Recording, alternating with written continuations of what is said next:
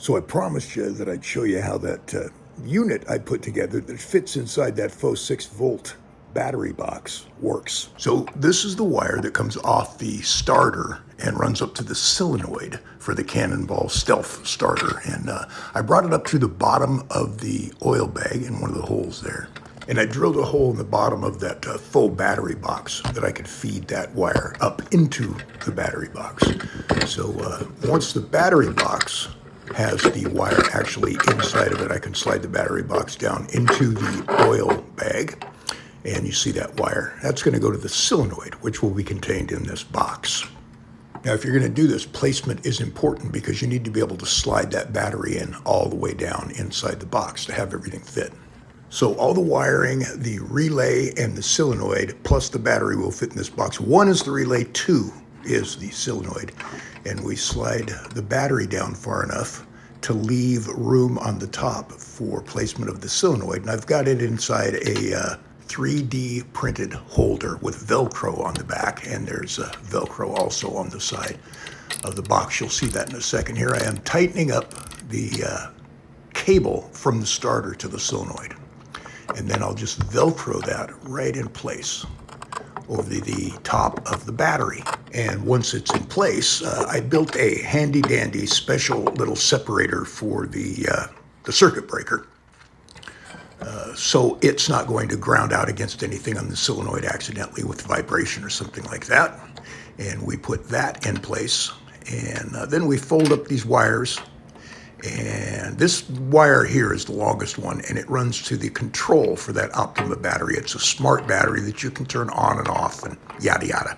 So I'll put these wires down inside, and look how neat all that comes together.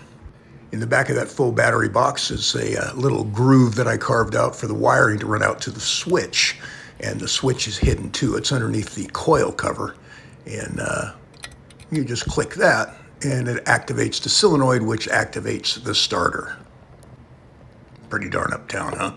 And then the box top looks just like a 6-volt battery. And they connect underneath the battery cover, which allows you to hook up on the outside. You'll see that in a second, to your negative and positive wiring. See the inside there? There's the positive wire going on the inside of the cover to the faux battery box, and the negative going to the negative side. And once all those are on and tightened up, then we'll put this cover on the top of that faux battery box, and you'll see just how much it looks like a 6-volt battery. And when the top is on that battery cover, it looks like a 6-volt battery. Pretty sharp in reality if you're trying to fool people. Put the wing nuts on the cover that goes over the old 6-volt battery looking 12-volt battery container, and then the brains of the Optima battery, which allows you to turn it on, turn it off, check the power, plug into this to charge the battery, etc., etc. It's a multi-purpose little unit, and it's just Velcroed right on the top of there. And then you push it, and you'll see a red light will come on first, and then the green light indicating that the battery's full.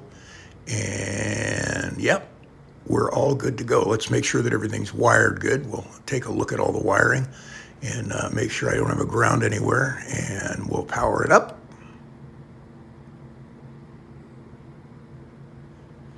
And then make sure that everything's connected right just by turning on the ignition switch. And we have power running through the system. If motorcycle wiring looks crazy to you and hard to do, just slow down a little bit. It's pretty simple and straightforward, and you can turn out a sanitary looking thing yourself and have all the wiring run properly and not have those wiring problems that lots of people who build bikes have, where things are shorting out and such. Man, it's just dang old complicated, you know, man. It's like a dang old Rubik's Cube, man. You like talking about blue, red, man, then you get to one side and then you like messed up the other side. No, it's not that difficult. There's basically 3 parts to it. You've got lighting, you've got ignition, you've got charging, basically. Let me do a quick run over on this entire system on this bike.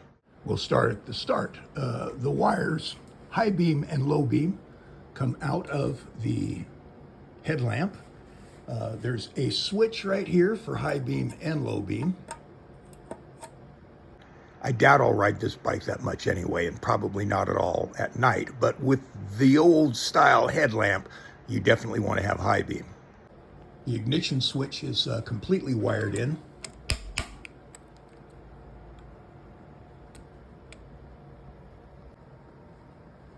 And all the idiot lights work and everything. There's one little thing I added. This right here is so I can plug my phone in to charge it.